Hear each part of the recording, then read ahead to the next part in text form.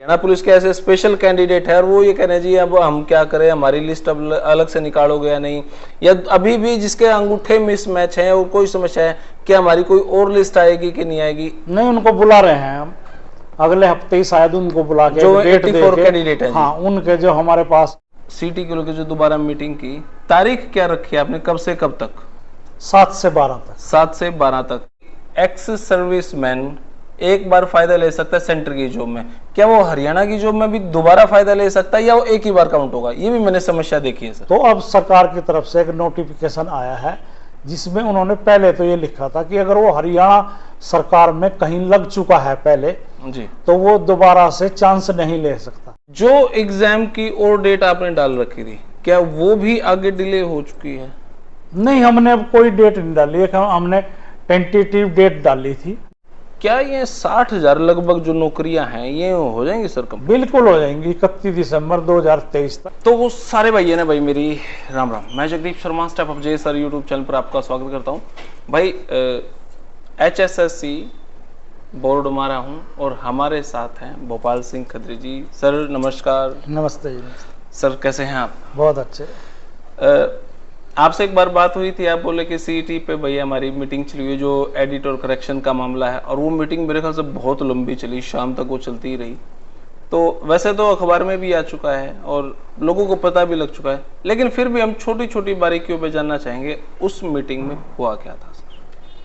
नहीं, उसमें यह था जी कि हमने डेट को एक्सटेंड करना है या नहीं करना है जी सर, और कैंडिडेट को एडिट और करेक्शन करने का मौका देना है या नहीं देना है। अगर देना है तो कौन कौन से डाटा पे देना है जी। कि हमारे जो मेन डाटा है सीटी का, प्रीलिमिनरी का, और जो ट्रिपल पी का डाटा है उससे कहीं छेड़छाड़ ना हो। तो हाँ, हमारा बहुत इस बारे में मंथन चला कि हमने ये छूट देनी चाहिए कैंडिडेट को और ये छूट नहीं देनी चाहिए, इसलिए मीटिंग लंबी चली थी जी। और उस मीटिंग में जो नतीजा निकल के आया कि हमने करेक्शन का और एडिट का मौका देना चाहिए कैंडिडेट को। हम सिर्फ एक उसमें नहीं दे रहे हैं जो ट्रिपल पी से संबंधित उसका डाटा है जी। वहाँ भी हमने ये फैसला लिया है कि आप अपना पहले ट्रिपल पी में डाटा दुरुस्त कराइए। जैसे किसी की डेट ऑफ बर्थ गलत है जी, वाकई गलत है, हमने देखा कि 1985 की जगह 1885 लिखा हुआ। 1885 हो रहा था। उसके फादर के नाम में कोई मिस्टेक है जी। उसके खुद के नाम में मिस्टेक है, तो इस तरह से कोई एक सर्विसमैन है वो जनरल लिखा हुआ है जी। तो हमने सभी कैंडिडेट को एक नोटिस के माध्यम से, जहां एक्सटेंशन का बताया, उनको एडिट का बताया है, करेक्शन का बताया है, तो एक ये भी रिक्वेस्ट की है कि इस तरह के जिनका ट्रिपल पी में कोई त्रुटि है तो वो पहले ट्रिपल पी में अपनी त्रुटि को दुरुस्त करा ले और फिर ही हमारा फॉर्म फिलअप करें। वो तो खैर मेरे ख्याल से हाथों हाथ हो ही जाती है सर। हाँ जी। लेकिन सर कोई बार ट्रिपल पी में जो पे स्केल है, जो तनख्वाह है, वार्षिक आय है, उसमें समस्या है क्या? उसमें भी ठीक हो जाएगा या वो नहीं छेड़ सकते? नहीं, वो नहीं छेड़ सकते। इनकम का जो है, अगर इनकम को एडिट या करेक्शन करने का मौका दिया तो सारे कैंडिडेट जो है ना वो एक राशि से नीचे करने की कोशिश करेंगे जी। अब एडिट और करेक्शन को लेके, क्योंकि आज लोग मेरे ख्याल से आए भी हैं आपके पास, क्या एडिट और करेक्शन से रिलेटेड कोई समस्या को लेके आए हैं? उनको करेक्शन करने के बाद भी उन्होंने गलती कर दिया है। जैसे आपके बैठे ही एक कैंडिडेट आया था जी कि उसने अपने आप को एक्स सर्विसमैन में यस कर दिया। तो ऐसे कैंडिडेट के लिए हम क्या करें कि बार बार हम एडिट करेक्शन का मौका दे रहे हैं और वो गलती पे गलती करते जा रहा है। वो खुद नहीं कहता कि कैफे वाले ने कर दी मेरी। तो ऐसे कैसे हम बार बार उसके पोर्टल में, अपने पोर्टल में प्रावधान करते रहे कि वो बार बार भरता रहे फॉर्म।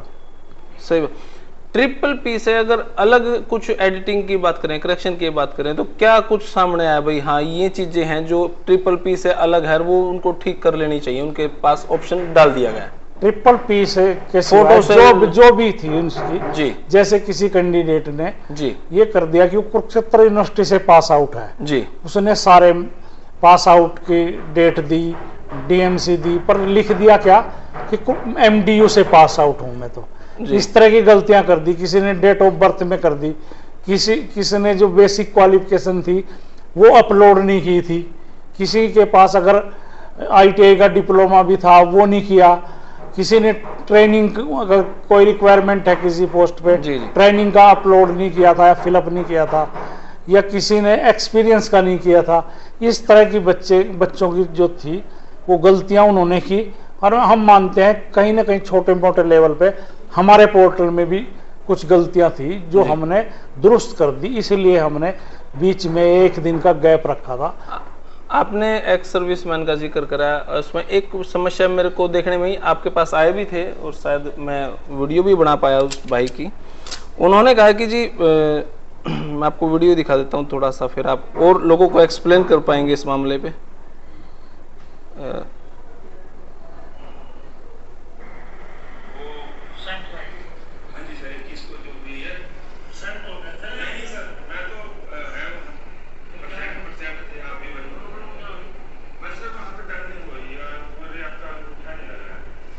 अंगूठा नहीं लग पाया, अंगूठा घिस गया। पुलिस सिलेक्टेड कैंडिडेट है ये जी। इसका जो बायोमेट्रिक है वो मिसमैच हो रही है जी। और इसने आके ये कहा कि मैं कुक का काम करता हूँ जी, तो इसलिए इसके कुछ अंगूठा छिल जाते हैं जी, अंगूठे।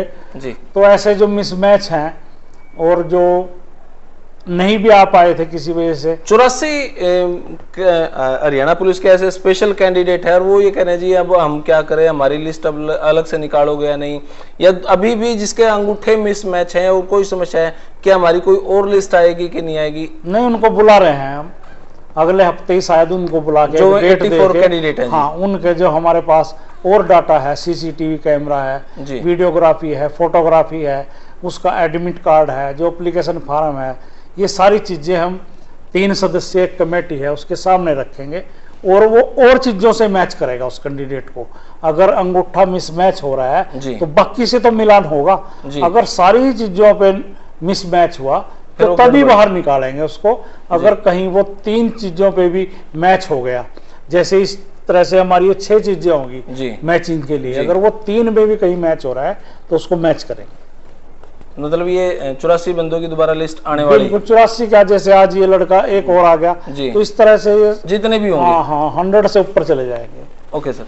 अब एक कंप्लेंट आई कि सर मेरी सिस्टर नौकरी पे है, अब वो मेरे को वो नंबर मिलेंगे कि नहीं मिलेंगे, क्योंकि कहीं जिक्र है नहीं, बाप का तो जिक्र है, माँ का जिक्र है, सिस्टर अगर नौकरी पे होगी तो मेरे को जो बेनिफिट मिलने चाहिए मार्क्स को मिलेंगे कि नहीं मिलेंगे सर?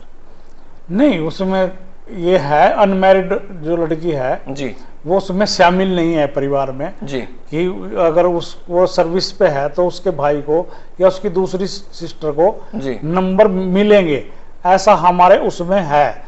मगर उसकी प्रॉब्लम क्या है, अगर वो एक ही परिवार में रह रही है और उसका जो परिवार पहचान पत्र की आईडी उनकी एक है, तो वहां उसके वेतन के हिसाब से वो 180 से ज्यादा हो जाती है, तो वहां उस पर राइडर लग जाता है। पर एक तरफ सरकार का जो नियम है उसको छूट देते हैं और दूसरा नियम जो ट्रिपल P का है वो उसको उससे वंचित कर देता है। तो ये ट्रिपल P के लेवल पे है, हमारे लेवल पे तो है नहीं। सर एक सवाल आया कि एक्स सर्विसमैन एक बार फायदा ले सकता है सेंटर की जॉब में, क्या वो हरियाणा की जॉब में भी दोबारा फायदा ले सकता है या वो एक ही बार काउंट होगा? ये भी मैंने समस्या देखी है सर। अभी 6 महीने तक इस तरह की कोई इंस्ट्रक्शंस नहीं थी कि वो कितनी बार फायदा ले सकता है जी। इवन वो एक्स सर्विसमैन का भी ले रहा था, फादरलेस का भी ले रहा था जी, अगर वो फादरलेस की शर्तें पूरे कर रहा था जी। तो अब सरकार की तरफ से एक नोटिफिकेशन आया है जिसमें उन्होंने पहले तो ये लिखा था कि अगर वो हरियाणा सरकार में कहीं लग चुका है पहले जी, तो वो दोबारा से चांस नहीं ले सकता, अवेल नहीं कर सकता उसको। तो एक नोटिस अब और आ गया है कि वो किसी भी एनी गवर्नमेंट सर्विस शब्द लिखा है वैसे में कि अगर वो राजस्थान में भी था या सेंट्रल गवर्नमेंट में भी है या हरियाणा में भी है और उसने एक्स सर्विसमैन का बेनिफिट उठा लिया है, तो अब वो बेनिफिट नहीं उठा पाएगा, क्योंकि उसमें वन टाइम बेनिफिट को जो है ना स्पष्ट कर दिया गया है जी। सिटी के लोग जो दोबारा मीटिंग की तारीख क्या रखी है आपने, कब से कब तक? 7 से 12 तक। 7 से 12 तक। तो इस 7 दिन में क्या उसकी जो छोटी मोटी समस्याएं हैं, क्या वो ऑफिशियली भी आप कुछ ऐसा उनके लिए प्रोवाइड करेंगे भी 2 दिन 4 दिन ऐसी समस्याएं हम भी ठीक कर देंगे? ट्रिपल P से रिलेटेड है या कोई और समस्याएं जो आप सोचे हैं कि भी हम चाहते हैं ऑफिस में भी इस तरीके की सेटिंग रहे, 2 दिन दे दें, 4 दिन दे दें, जो ठीक हो जाए।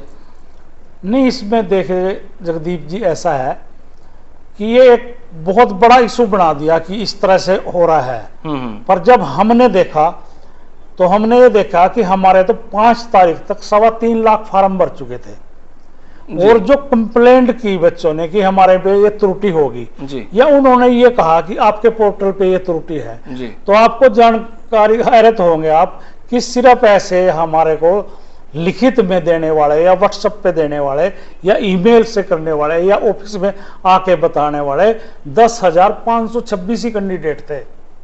तो इसका मतलब तो ये है कि मैक्सिमम कैंडिडेट का फॉर्म जो है वो दुरुस्त भरा गया है।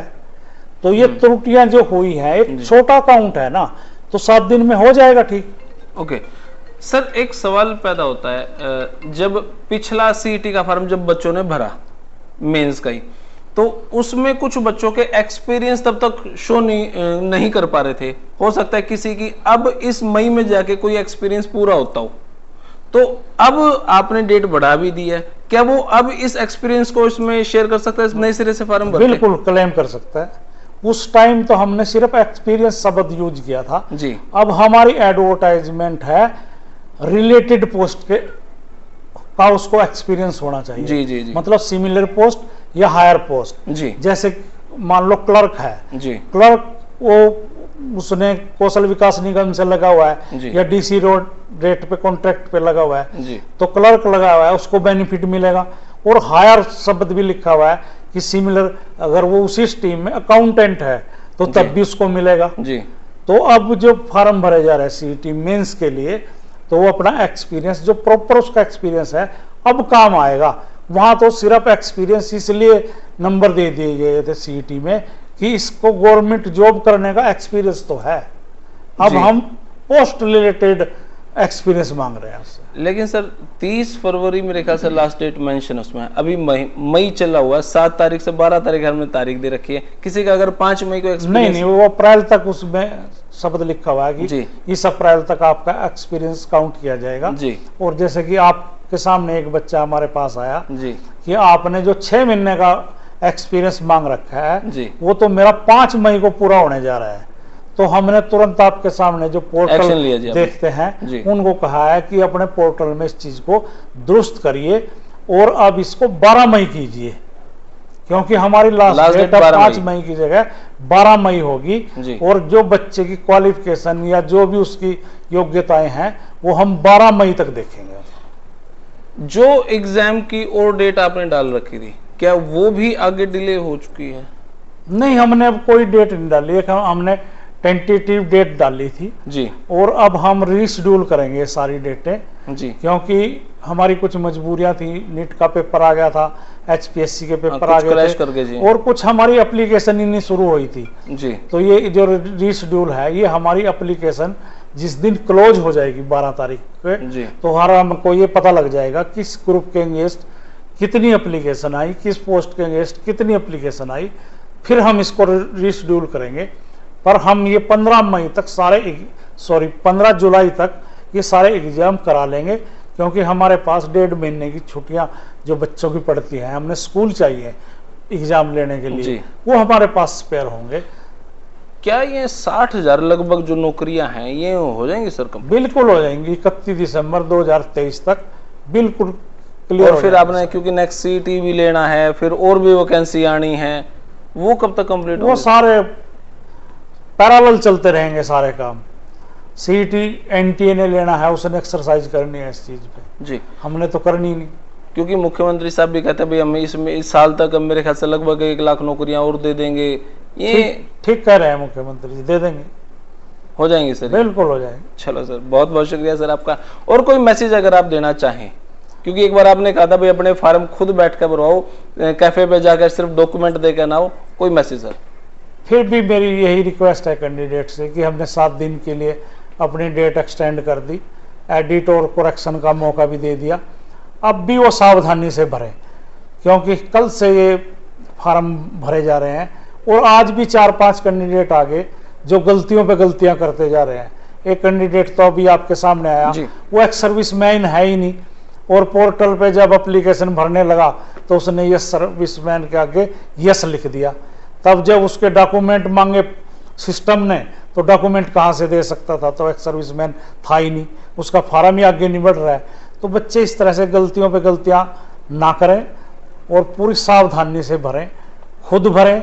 अगर कैफे वाले से ही भरवाना है तो साथ बैठें। और उसका एक मेरा तो ये है कि सबमिट करने से पहले प्रिंट लें और सारा जो प्रिंट है हार्ड कॉपी में एक एक चीज को चेक करके फिर उसको सबमिट करें। सही। तो भाई इससे ज्यादा जानकारी तो और कुछ हो नहीं सकती। सीईटी को लिए आपके लिए खुशखबरी ही है जब दोबारा सारा करेक्शन और एडिट का ऑप्शन आ चुका है। और फिर भी अगर आप गलती कर रहे हैं तो भाई थोड़ा सा सीरियस हो जाओ मेरे भाई। और फिर भी कुछ गलतियां हैं तो चेयरमैन साहब बैठे ही हैं, किसी भी टाइम आओ भाई। और धन्यवाद सर, बहुत बहुत शुक्रिया सर। तो भाई यह वीडियो आपने किसी लगी कमेंट बॉक्स में अपनी राय दे। तब तक के लिए धन्यवाद। जय हिंद, भारत माता की जय। Thank you.